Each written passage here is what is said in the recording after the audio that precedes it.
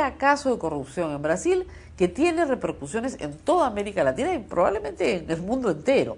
Se trata de un conjunto de empresas constructoras, 25 empresas constructoras, algunas mega empresas, que están involucradas en un esquema de fraude, sobornos al Estado brasilero. ¿Cómo funcionaba esto? Muy sencillo. Las empresas se organizaron en un cartel. Este cartel obtenía licitaciones de Petrobras, la gigantesca compañía estatal de petróleo brasilera, y al obtener estas licitaciones aumentaban el precio entre 1 y 5% del valor de la obra.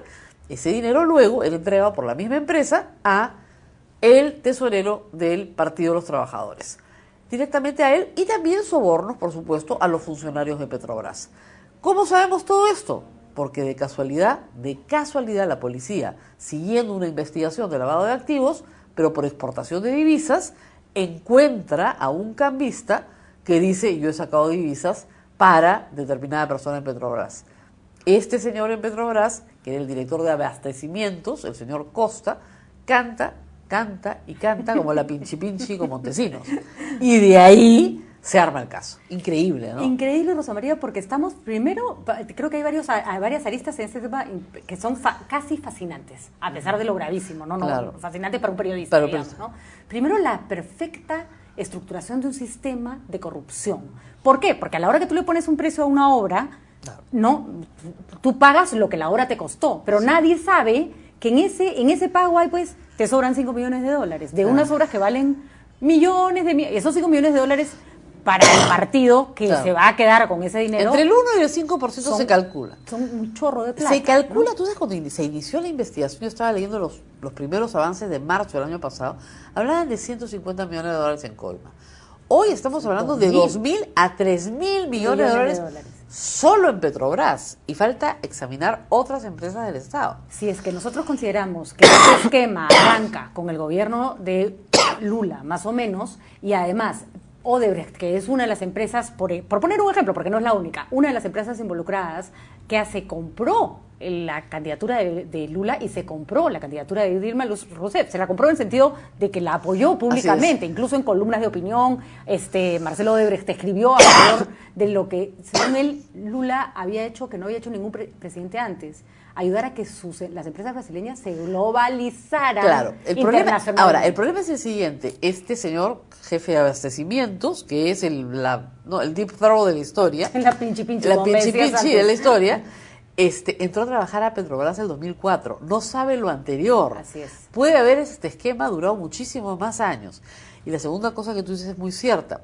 Lula plantea como política de Estado internacionalizar a las empresas brasileras, sobre todo las de construcción, porque también hay Embraer que hace aviones, etcétera, que ese es del Estado. Pero las de construcción privadas, que es rarísimo, había que sacarlas al mundo. Ya Odebrecht había hecho obra en el Perú, por supuesto. Tú sabes que la primera obra internacional de Odebrecht es en el Perú, en Charcani, en 1979. El padre ya había trabajado con nosotros.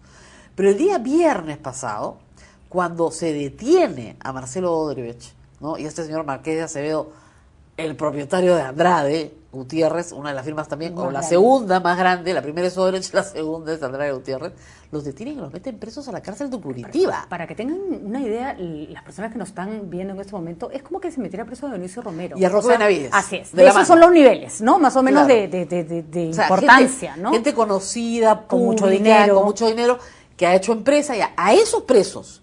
Entonces, evidentemente el caso tenía que arremecer a toda América Latina. Así es. Y lo que está pasando en Colombia, lo que está pasando en Ecuador, en Panamá, en Venezuela, es que se están revisando, en Argentina, se están revisando los contratos de obra pública al milímetro de estas empresas, porque su esquema puede haber sido exportado. Aquí no pasa nada. Es verdad que la información que ha trascendido todavía es muy pobre, sí, es muy chiquita. Se habla de una coima supuestamente mandada a Toledo por $100.000. Aquí entre nos, esas no son las coimas. Lo que pasa es que estamos hablando de montos mucho mayores. Claro, es ¿no? que hay dos operaciones, hay varias operaciones, pero digamos, la operación que ha permitido meter preso a Marcelo Odebrecht se llama Lavallato. Lavallato, porque en realidad no estaban buscando, como expliqué al principio, a Petrobras ni a las empresas constructoras, estaban buscando en un grifo a un cambista, ¿no es cierto?, que exportaba divisas ilegalmente. es cierto? Ese lo lleva a otro cambrista, Youssef, que está preso también, que es el que también canta, y el que presenta a Costa y dice, yo le compré un auto de lujo a este señor, y este señor va preso. Ese señor preso, Costa, ya está condenado, con 6 años y medio de condena, está en la cárcel de Río de Janeiro, va a pasar luego probablemente arresto domiciliario. Pero lo que ha sucedido, que es más interesante, es que ha salido un Pinche 2, que es uno de los empresarios. Así es. El que actuaba como coordinador de cartera, cartera. que es Pessoa, el dueño de UTC, que es una empresa más pequeña de construcción. Ese es el que va a hablar y va a contar todo. Va a contar todo. Hay muchas cosas que han ocurrido en estos días que son interesantes, porque el esquema de corrupción estaba tan bien armado que no solo se le incrementaba entre 1 y 5% de la obra, que tampoco es un incremento tan grande como para que se note, sino que además las empresas ganaban distintas licitaciones. ¿No? Entonces no había Simulaban competencia. Simulaban. Se presentaban ya coordinados. Ese es un datazo. Claro, se presentaban coordinados con precios y ya todo el mundo sabía quién iba a ganar. Pero había para todos. Entonces el coordinador tenía que coordinar que las 25 empresas ganaran algo. Así es. Dependiendo de su tamaño. Y el que ganaba siempre era el partido de gobierno, que recibía la diferencial de cada obra. Y mira, ¿no? tú lo grave que es. Petrobras tiene el 12% de la contratación de obra pública de Brasil, que es un país inmenso. Y les han prohibido contratar con ninguna de las 25 empresas. Y luego viene la investigación a Petrobras. El fiscal, que es un hombre muy valiente, Rodrigo Janot, que ya tiene seguridad, por supuesto, porque hay que añadir que además del tesorero del PT que está preso, hay 49 políticos implicados. Entre ellos el presidente del Congreso, de la sala de la Cámara de Diputados y el de la Cámara de Senadores. Los dos, y 22 congresistas del PT. Bueno, este fiscal, que es muy valiente, ha señalado que esta investigación va a durar por lo menos 2 años hasta encontrar todas las redes y ramificaciones de toda la operación. En Brasil. En Brasil, no, pero están comenzando a trabajar en el extranjero. Y han pedido, ¿por qué? exacto, porque están pidiendo coordinación con Panamá, por ejemplo. Según ¿no? una información, de estas 25 empresas brasileras también participaron empresas extranjeras. Mira, es tan fuerte es tan fuerte el rumor, y eso es tal vez ya para trasladar el tema hacia los demás países. Claro. Falta información, no se puede acusar todavía de que acá haya habido un sistema de coimas. De hecho, Odebrecht ha sacado un comunicado diciendo que acá no han hecho nada, que no hay ningún indicio de que acá se haya pagado nada. Hay 3 presidentes involucrados, exactamente, ¿no? Toledo, Humala y Alan García. Pero solo para que nos demos una idea de la fama de ciertas empresas, las empresas brasileñas en Panamá, la vía costera, que es una vía que va por toda la costa de Panamá, se le llama popularmente la vía coimera, ¿no? Porque se sabe que financió el partido de gobierno. Claro, que financió se sabe, Martinelli, es decir, que está ahora cuestionado. Así es. Y ayer había conferencia de prensa en Panamá para hablar del tema de Odebrecht. Acá tenemos varias obras importantes. Por lo pronto la IRSA, ¿no es cierto?, los últimos tramos de la carretera, la Internacional del Sur. Pero lo más importante para los limeños que nos están escuchando es, escuchen bien limeños, porque esto sí les cae a ustedes. Rutas de Lima, o vías nuevas de Lima, o nuevas vías de Lima, como quieran llamarlo, es una obra concesionada con el 30% del peaje por la gestión de Susana Villarán a Odebrecht. Así es. Y tienen que hacer todos los puentes, incluso sacar el Derby, volverlo a poner, el puente del Derby. Es decir, hay como 30 y tantos puentes que hacer. No han terminado y además tienen que apelar a Ramiro Prialé hasta el puente de Los Ángeles. Esa empresa Odebrecht, hoy su calificación crediticia es menos. Así es, también están... Y la otra... ¿Gasoducto? Claro, tienen el gasoducto del sur, que es la obra más grande, comparable solo con el ferrocarril central, más o menos, en gasto, que todavía no han empezado. Pero OAS, tiene vía Parque Rímac. Así es. Entonces tenemos a 2 grandes empresas brasileñas y OAS tiene problemas económicos muy serios en este momento, porque a raíz de todo este problema entró en default el año pasado y no pudo pagar los intereses, que eran $16 millones, para una empresa de ese tamaño no es nada, de un bono de 400. Está en reestructuración judicial. Y hay que reconocer, han salido a decir las empresas como los representantes de Odebrecht que esto no va a afectar a la empresa. Claro que va a afectar. Claro. Porque son empresas que no solo se fundan en las obras que ya ganaron, sino que van proyectándose hacia adelante. ¿Quién va a darles una licitación en ese momento? Viven del crédito. Así es. Son grandes financieras, entonces viven del crédito. Si no tienen acceso al crédito o su calificación crediticia es mala, Standard & Poor's ya le bajó la calificación a Odebrecht, por ejemplo, no puede contratar ahora en este momento con Petrobras. Si su calificación crediticia es mala, se van al cacho. Ahora, estamos hablando de empresas que manejan más o menos a nivel mundial 250.000 trabajadores. Eso es lo que maneja Andrade y Gutiérrez, que solo tiene 4 horas en el Perú pendientes, aunque ha hecho 17. Odebrecht ha hecho más de 60 horas en el Perú. Ahora, tenemos Vamos a que darle asumir, pase a Henry, porque vamos a darle pase a Henry porque queremos saber cuánto informados están los alumnos de esta realidad, que todavía es lejana, pero que va a reventar y acuérdate de mí, va a reventar en campaña. Pero estamos absolutamente seguras las dos. Vamos, Henry, ¿qué piensas tú de esto?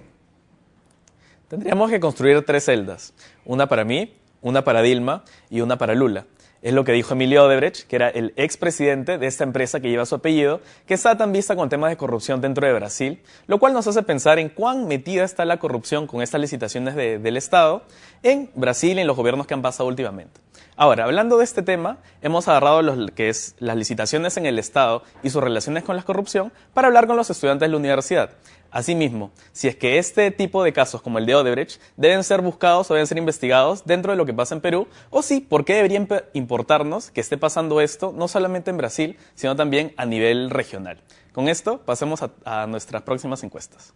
A veces las licitaciones en el Perú se deben a favores políticos que se trazan o que se plantean en campaña. Creo que el Estado en muchos casos no promociona a la ciudadanía o no brinda la información suficiente a la ciudadanía sobre cómo se llevan los procesos de licitación. Creo que es un problema de la enorme cantidad de burocracia que existe en nuestro sistema y también el problema es que a mucha gente le gusta simplemente obtener las cosas de la forma más fácil, ¿no? A veces sin preocuparse por las implicaciones éticas o morales.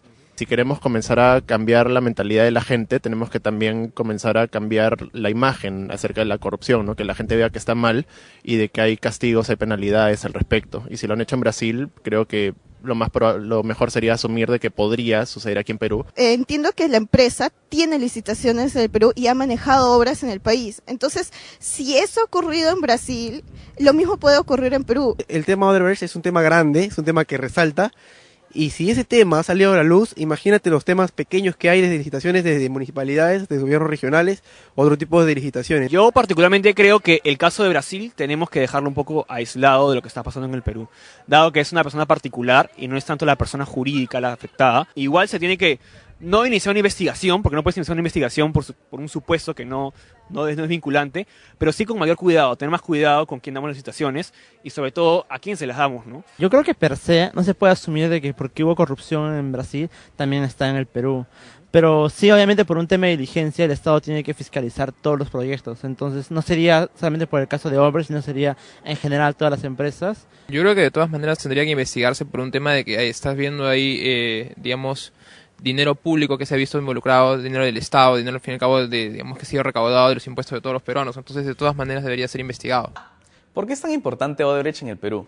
Para comenzar, el 70% de las rentas que genera esta empresa no vienen de Brasil, sino vienen de todos los proyectos que tienen alrededor del mundo, donde Perú no es una excepción. Por ejemplo, como ya lo hemos mencionado antes, el gasoducto sur peruano es uno de los grandes proyectos de inversión que existen en infraestructura dentro de nuestro país.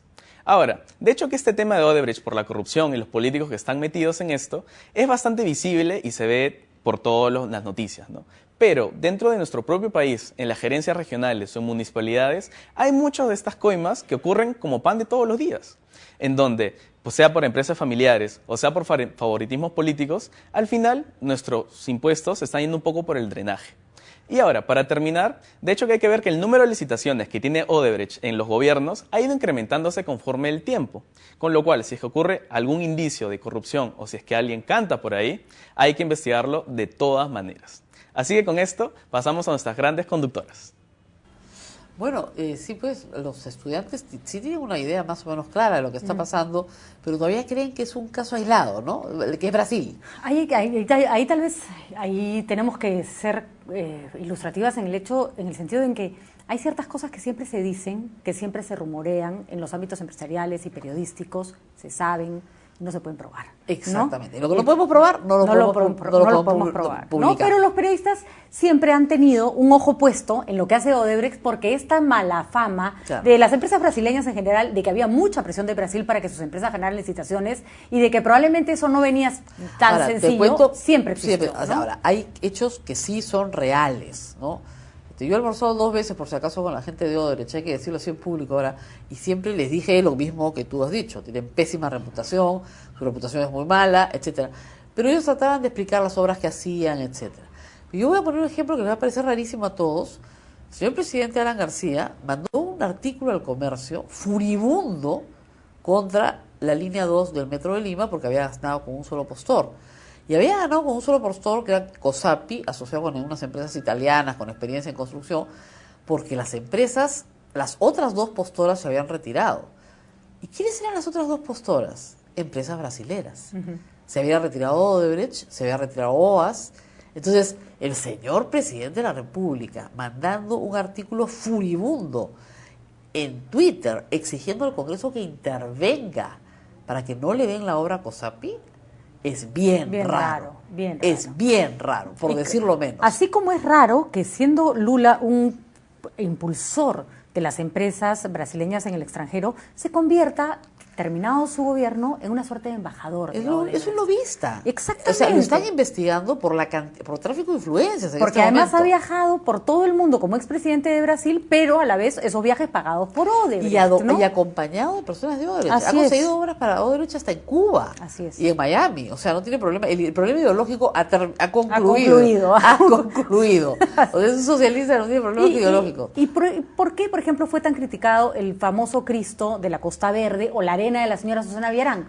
Porque los periodistas no criticamos por las puras, pues claro, porque no se aceptan regalos de empresas que pueden tener cuestionamientos. Y en ese momento era un rumor más constatación de una red gigante de corrupción en Brasil. No es algo así como este es un tema privado. No, señores, acá hay plata, millones de soles involucrados de todos los peruanos. La diferencia en el Perú es que la plata no va a ir al partido. ¿Por qué no hay partido? Pues va al bolsillo. La plata va al bolsillo. Así es. O sea, cuando se pruebe, cuando surja la pinchi peruana que hable de este tema, se notará que la plata va al bolsillo. Ahora, es posible que los que están implicados en distintos niveles de corrupción decidan defenderse solos, sin la empresa, y salir a contar las operaciones mundiales. Porque hay algunas personas que han trabajado en operaciones mundiales. Y ahí sí vamos a tener a los presidentes en problemas. Toledo tiene un problema por Camargo Correa, que es otra operación, que es la operación Castillo de Arena. Que esa operación se cae porque la pesquisa que se hace en el 2009 por la policía se hace mal. Y llega a la Suprema en el 2014 y simplemente la declaran nula y la han declarado nula veces. Pero eso no quiere decir que la información no pueda ser rescatada para el Perú. Y para eso ya hay un fiscal nombrado en el Perú. Y está yendo a Brasil a ver esa información, pero tiene que ir a ver la otra información. Igual que están los colombianos, los panameños, los ecuatorianos yendo a Brasil. Y yo no entiendo, yo pensé que el día domingo íbamos a tener un despliegue en la televisión peruana, ¿no? Y no hubo una nota sobre el tema. Falta en ponerse a ver, por ejemplo, ¿cuántos funcionarios de regímenes anteriores, Toledo, García, Humala de este siglo, han terminado trabajando para las empresas brasileñas? Claro. Por ejemplo, ¿cuántos primero trabajaron para el Estado y después saltaron a las empresas brasileñas? Y digo brasileñas porque ya sabemos que no vamos a personalizar en una, son varias las implicadas en esta investigación. Claro. Hay muchos indicios que hay que mirar.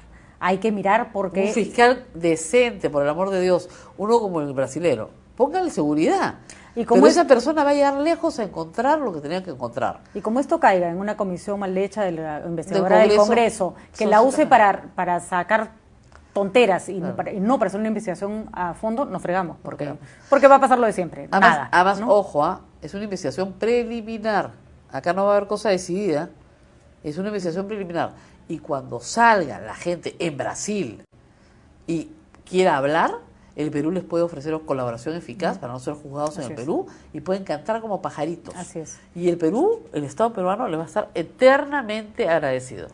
Así que si los brasileños nos están viendo y entienden castellano y portuñol, estaríamos enormemente agradecidos de que alguien cuente qué cosas hacían en el Perú en los últimos 3 gobiernos. Hoy hay un tema interesante que creo que con el cual deberíamos quedarnos, Rosa María, y es que el déficit de infraestructura es enorme en nuestro país. Sí, claro. Es enorme, pero no hemos hecho una tarea fundamental, una lista de prioridades en infraestructura, que sean prioridades del país. Viene China y dice que te va a atravesar un tren por toda la selva, y todos muy entusiasmados, pero es un montón de plata. Y te has preguntado si tú la necesitas, si a ti te sirve, si es un montón de plata de quién, de dónde va a salir ese dinero, ¿no? Ahora, hay que decir, y eso es importante, que tanto en el gobierno de Alan García como en el de Humala se paró esta historia de las hidroeléctricas. Ay, que nos iban a inundar media selva. Claro, no solamente por la inundación, porque soy en Nambari, las otras hidroeléctricas que eran construidas por brasileños para darle energía a Sao Paulo. Exactamente. Entonces, ¿y el Perú qué Pero gana? afectando tu ecología, tu gente, y el Perú qué gana? Nada. No, un momentito. Pero eso Nosotros hemos construido hidroeléctrica. Es una idea imperialista, ¿te das cuenta? Completamente. Creo que Lula quiso llevar a Brasil a ese punto y los demás países tienen que defenderse. Y hay que empezar a racionalizar las horas en función de lo que es más urgente para el país. No veo que le resulta más cómodo y más barato a la empresa que quiere invertir. Ahora, ¿no? hay que decir, finalmente para terminar, hay que decir que también hubo culpa del Banco de Desarrollo de Brasil, que estaba repleto de plata de trabajadores del Brasil, ¿ah? Y que fue utilizado para financiar todas estas obras. Algunas no en el Perú, o sea, las de Camargo Correa no usaron ese, pero el resto usó todo ese financiamiento. Entonces, con un financiamiento inmenso, con un presidente que hace como embajador, ¿no es cierto? Tu empresa pequeña, sales adelante, das empleo, haces obra y eres feliz, entonces tienes que retribuir. Y retribuir significa armar un cartel bien ordenadito, ¿ah? Caracho. Yo decía, si pusieran ese mismo empeño en hacer cosas buenas, qué bueno sería, ¿no? Seríamos un continente lleno de potencias mundiales. Eso, ¿no? Es lo que hay que preguntar. Ahora, hay que decir una cosa también cierta. Muchas de estas empresas brasileñas se han consorciado con empresas peruanas. Así es. Sería bueno que por colaboración eficaz a la empresa peruana, ¿no es cierto?, al que cante le den un beneficio. Y que porque no todos son cabecillas. Y que no nos salgan con el cuento de que no se está haciendo la investigación en el Perú porque no hay que tocar, porque las inversiones, porque no sé qué, porque la economía. No. En toda la región ya hasta se pararon licitaciones pendientes con Odebrecht y con empresas brasileñas y la gente ha puesto pare para mirar bien qué está pasando. A mí, como te digo, me ha dado mucha pena que este no haya sido un tema de agenda en los últimos días. Ha hervido en las redes. Yo creo que sí hemos logrado durante los últimos 3 días ponerlo y pelear. Tú lo has hecho, yo lo he hecho desde mi blog. Hay que hacerlo y hay que seguir peleando para que sea un tema de agenda en el Perú. Pero necesitamos más información, ¿no? Pero para eso hay que armar un equipo y viajar a Brasil. ¿Qué canal de televisión, señora Abierta, está armando un equipo para viajar a Brasil? No lo sé. Yo espero una sorpresa este fin de semana, ojalá, porque hay bastante que estudiar. Y una entrevista con el fiscal es obligatoria, preguntarles qué saben del Perú. De repente ya hay información del Perú privada que no se ha hecho pública. Entonces todo eso tiene que saberse.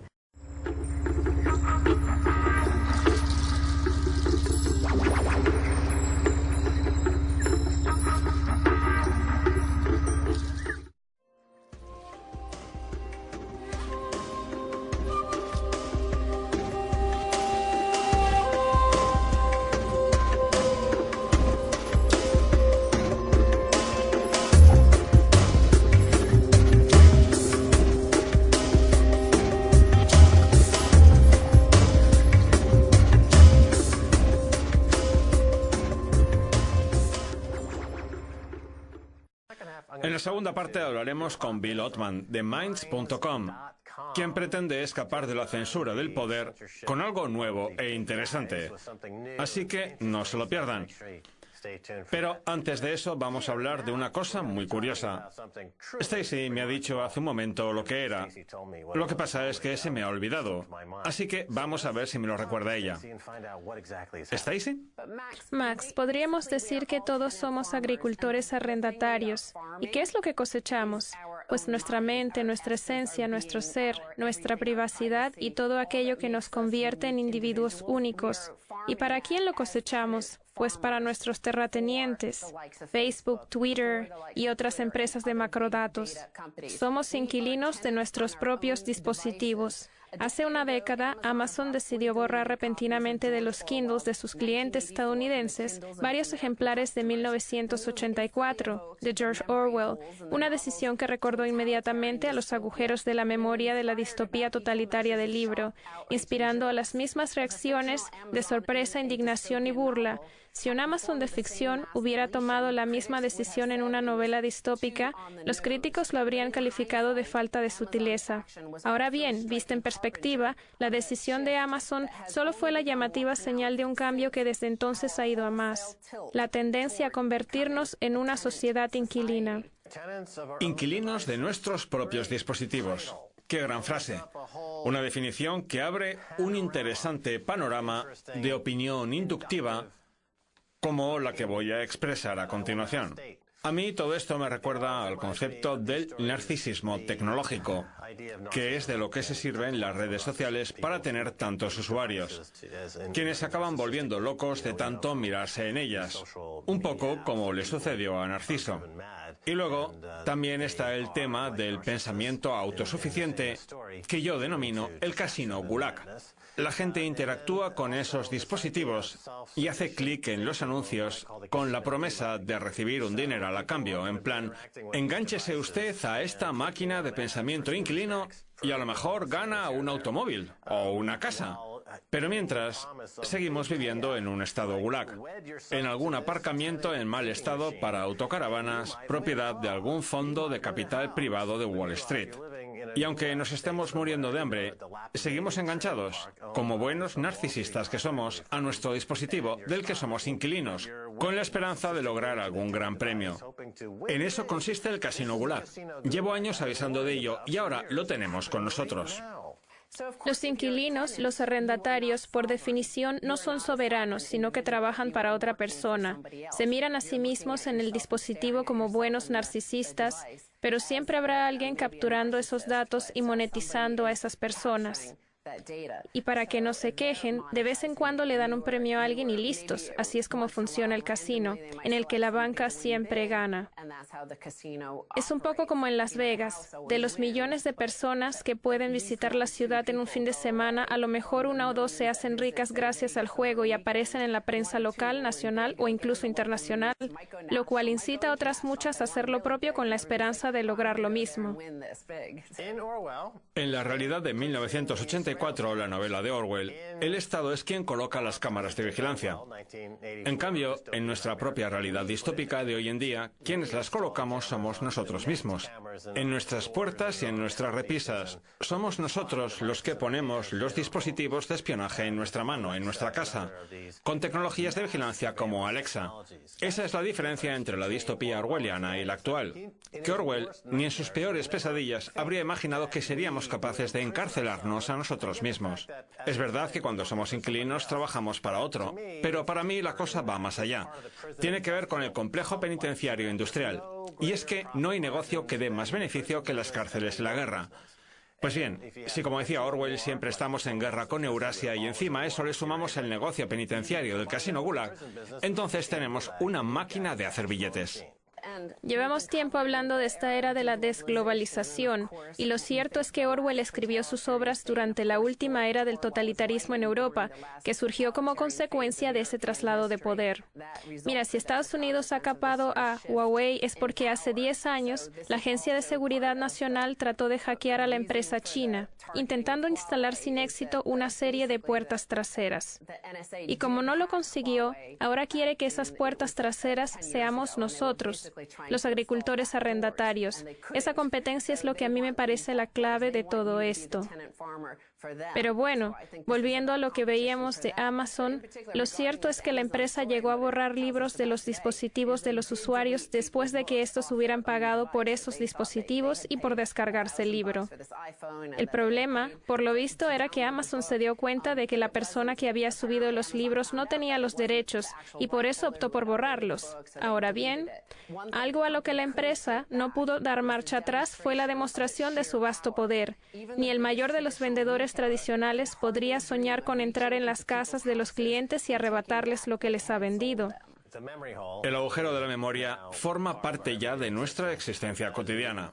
Ahora que pasamos del mundo físico al digital, que está controlado, monopolizado y centralizado por una serie de malos actores, de oligopolistas y de sociópatas hambrientos de poder que ejercen un poder no regulado de forma temeraria, sin importarles si con ello destruyen la sociedad tal y como la conocemos. Mucha gente se habrá dado cuenta de que somos inquilinos de nuestros propios dispositivos al pensar en John Deere, una marca de tractores que los agricultores estadounidenses utilizan desde hace 100 años y que nos hace pensar en ese pequeño agricultor recogiendo la cosecha y vendiéndola en el mercado para que los demás podamos comer. Vamos, lo que viene siendo la esencia de los estados centrales de Estados Unidos. Pues bien, resulta que John Deere utilizó el cártel de los derechos derechos de autor para introducir software en unos vehículos como los tractores que antes eran exclusivamente mecánicos, hasta el punto de que ahora a los agricultores no les dejan que les arreglen el software de sus tractores en otro sitio que no sea un concesionario oficial de la marca. Resulta que cuando a un agricultor se le desconfigura el software, tiene que interrumpir la cosecha para pedir cita en un concesionario oficial y llevar el tractor. Por eso han tenido que entrar en foros de Internet para enterarse de cómo hackearlos, porque es la única forma que tienen de arreglarlos y poder seguir con la cosecha sin tener que esperar. Así es como se han dado cuenta de que son inquilinos de sus herramientas agrícolas. Así es, los tractores de John Deere, que creo que aparecían en los carteles electorales de Ronald Reagan, son un símbolo de la autosuficiencia y la soberanía individual que tan en entredicho se encuentran ahora para los estadounidenses, cercenando de raíz el existencialismo de Estados Unidos, encarnado por Thoreau y Walt Whitman, entre otros autores, que creían que la autosuficiencia era un rasgo propiamente estadounidense. El trascendentalismo. Eso, el trascendentalismo, gracias. Eso cercena de raíz la psique de Estados Unidos y además con un propósito perverso. Es lo que tiene el casino Gulag. Los casinos nunca quieren que nos vayamos sin perder una fortuna. Pretenden que nos gastemos hasta el último centavo antes de marcharnos, porque esa es la única forma de que la banca siempre gane. Y en este caso no podemos ser autosuficientes porque somos incapaces de escapar del continuo saqueo al que nos somete el software que controla nuestras vidas, como buenos inquilinos que somos en esta distopía gobernada por el software y la inteligencia artificial. La cara de Woody Harrelson no debería bastar para detener a un ladrón de cervezas. Resulta que en Nueva York un ladrón robó unas cuantas cervezas de una tienda. La tienda lo denunció a la policía, que tenía una imagen del hombre, aquí la tenemos, y la policía se dio cuenta de que se parecía un montón a Woody Harrelson. Pues bien, si la noticia ha salido a la luz, ha sido gracias a Facultad de Derecho de la Universidad de Georgetown, que ha estudiado el caso. Resulta que la policía pasó la foto de este hombre que se parece a Woody Harrelson por su programa de reconocimiento facial, que comprueba las fotografías del permiso de conducir y del pasaporte, y no encontró ninguna coincidencia porque la imagen de la cámara de seguridad no era del todo nítida. Así que, ¿sabes qué hicieron? Pues entrar en Google, bajarse una foto de Woody Harrelson de alta resolución y pasarla por el programa de reconocimiento facial hasta dar con un hombre, no Woody Harrelson, que según el programa se parecía lo suficiente como para detenerlo. Ahora está por ver si es el ladrón o no. El caso es que por culpa de esta tecnología de inteligencia artificial, la cara de Woody Harrelson está en el programa de la policía. Su algoritmo conoce la cara de Woody Harrelson, lo cual no creo que le haga demasiada gracia, por cierto. Pues bien, ese es el futuro distópico que nos espera. Mira, hay mucha gente que me dice por Twitter, oye Stacy, el otro día te vi en el mercado de Londres, no te dije nada para no molestarte, pero te vi. Y yo les digo, pues no era yo, porque yo no he estado en Londres últimamente. Vamos, que eso es lo que tienen los programas de reconocimiento facial, que permiten buscar a personas que se nos parecen. Cuando se creó el FBI hace 50 o 60 años, durante el mandato del presidente Hoover, tenían un catálogo compuesto por millones de tarjetas con las huellas de los delincuentes. Y entre otras, la labor de la gente era comparar la huella en cuestión con las tarjetas, lo cual podía llevarle semanas y provocaba que se quedaran un montón de casos sin resolver, incluso al cabo de muchos años. Pues bien, lo que tenemos ahora es una base de datos capaz de capturar una imagen y de localizar a una persona en tiempo real, utilizando una gran cantidad de datos que perfeccionan la búsqueda, como el GPS. Hasta pueden cruzar datos con bebedores o amantes de la cerveza e incluso buscar a socios de clubes de cerveza. Y si a todos esos datos les añadimos un toque de inteligencia artificial, son capaces de encontrar a alguien en tiempo real. Vamos, que la capacidad de procesar datos por parte de las empresas tecnológicas totalitarias recuerda mucho a las capacidades de la bomba atómica.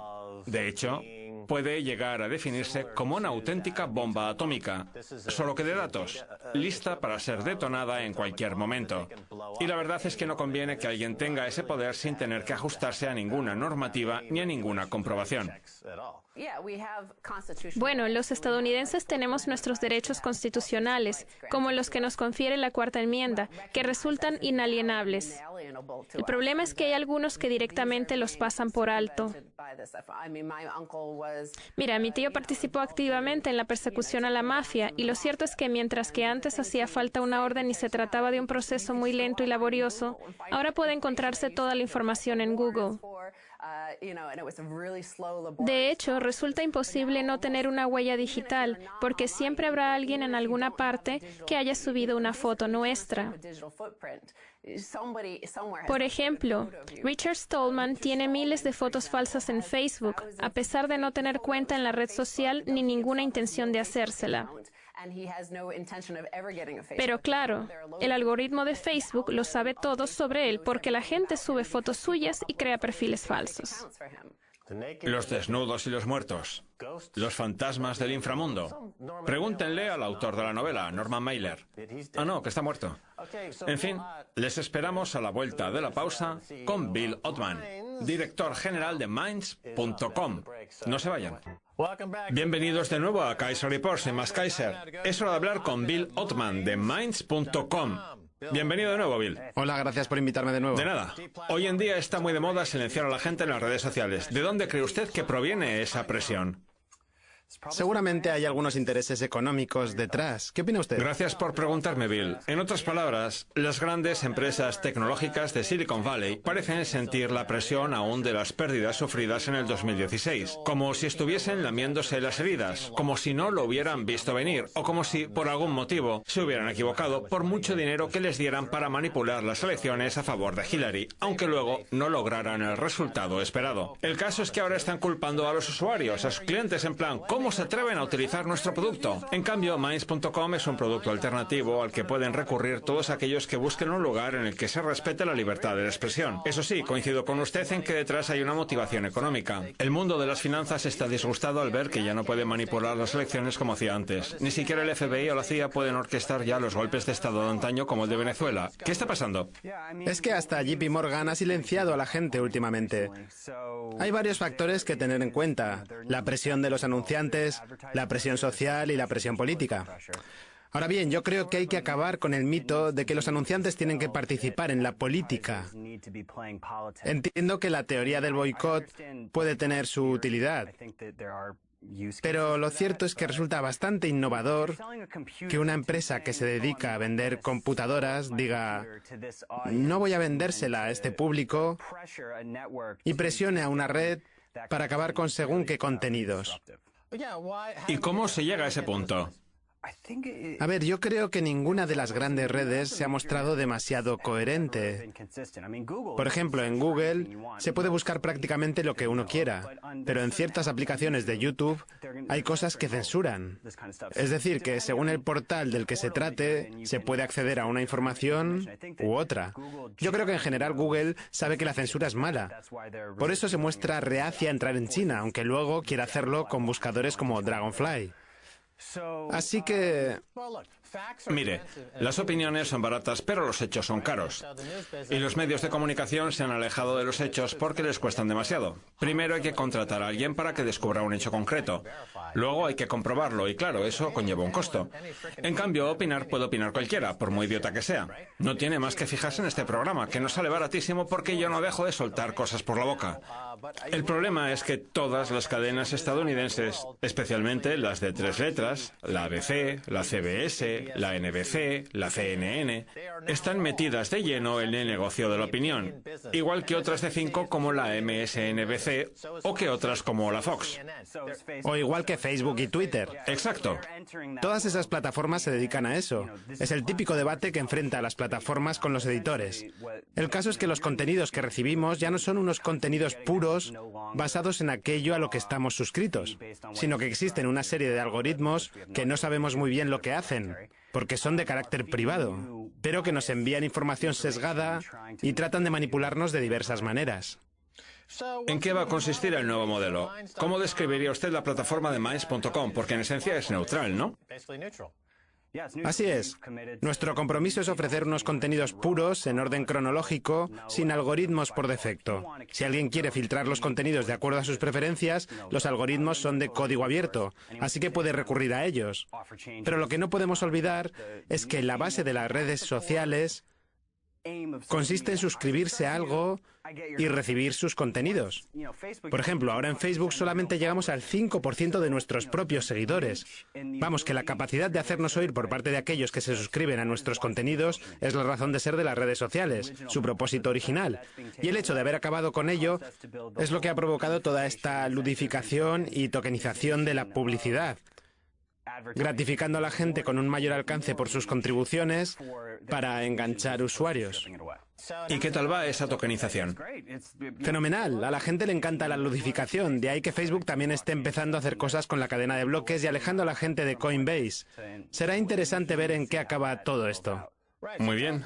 Hace un año ya que lo tuvimos por última vez en el programa. Cuéntenos qué han hecho desde entonces en Minds.com. ¿En qué punto del ciclo se encuentran? Supongo que seguirán considerándose una empresa de nueva creación. Sí. ¿En qué punto de su evolución se sitúan? Hemos realizado una gran recaudación económica gracias a Medici Ventures con un Pat Byrne que se ha unido al equipo. Sé que lo conoce. Sí, sí. Y eso nos ha dado un gran impulso. Ahora estamos a punto de lanzar un jurado que se dedique a tareas de moderación, de forma que las decisiones no solo las tomen las fuerzas secretas que hay detrás del proyecto, sino que también puedan participar en ellas grupos de usuarios elegidos al azar para que nos ayuden en el proceso de apelación. Es decir, que si un usuario considera que se ha emitido una alerta equivocada sobre un contenido, podamos recurrir a un grupo de usuarios que nos ayude a tomar la decisión correspondiente. La verdad es que estoy entusiasmado con esto.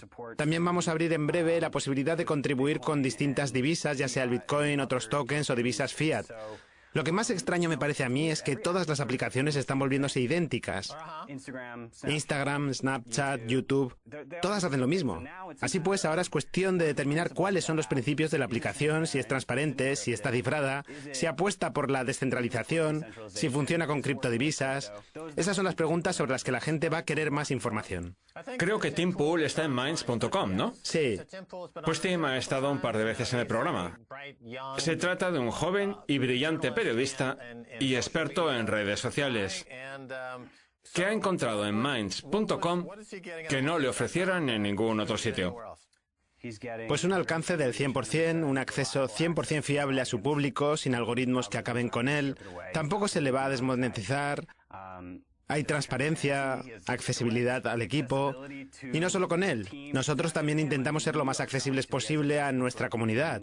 O sea, cuando ocurre algo con la cuenta de Facebook, no tienes nada que hacer. Fíjese, ya ni siquiera se puede enviar un enlace de Minds.com a través de su Messenger porque dice que es inseguro. Vaya. ¿Existe alguna batalla por el talento? Porque está, por ejemplo, PewDiePie, creo que así lo pronuncia, una gran estrella de YouTube, aunque creo que ahora ha abandonado la plataforma. No, no la ha abandonado, solo que ahora también hace cosas en DLive.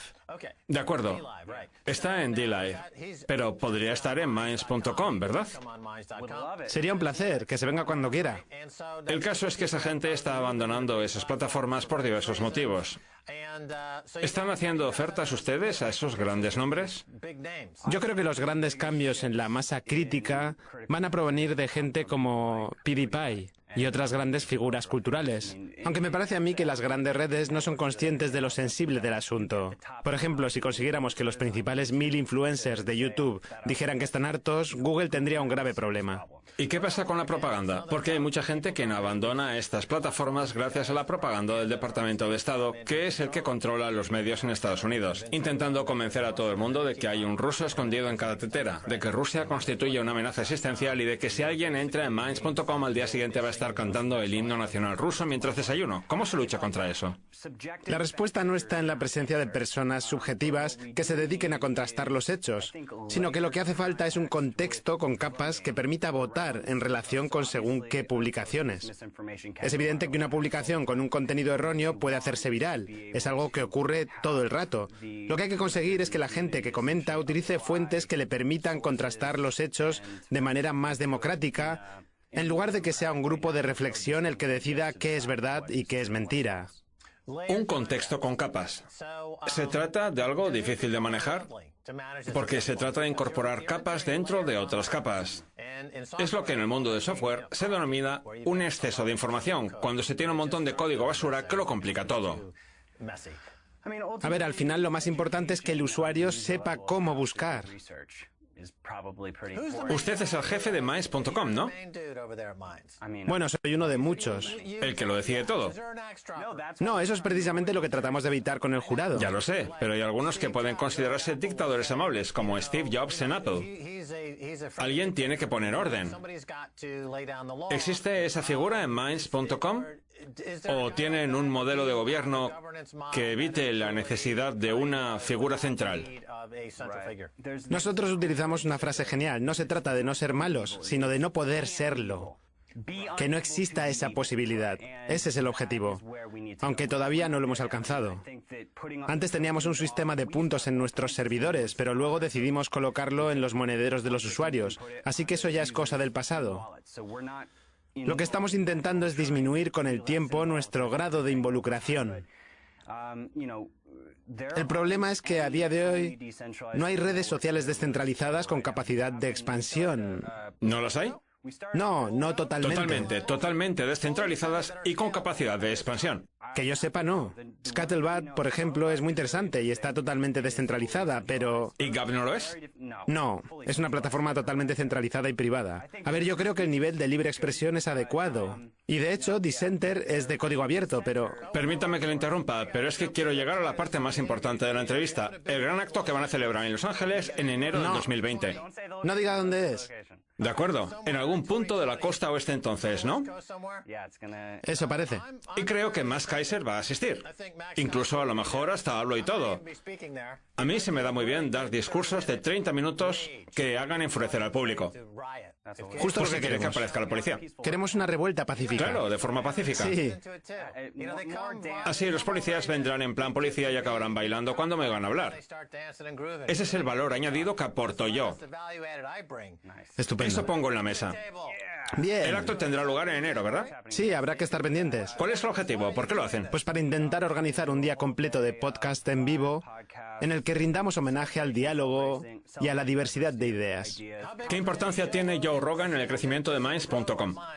Pues hemos tenido un crecimiento enorme. Enorme. Sí. ¿Y por qué no me invita yo a su programa? Pues no lo sé. Porque yo salgo en RT, lo cual me convierte en el influencer más influyente de Estados Unidos. No lo sé, creo que tendríamos una conversación de lo más interesante. Es un auténtico desprecio por parte de Joe. No sé por qué.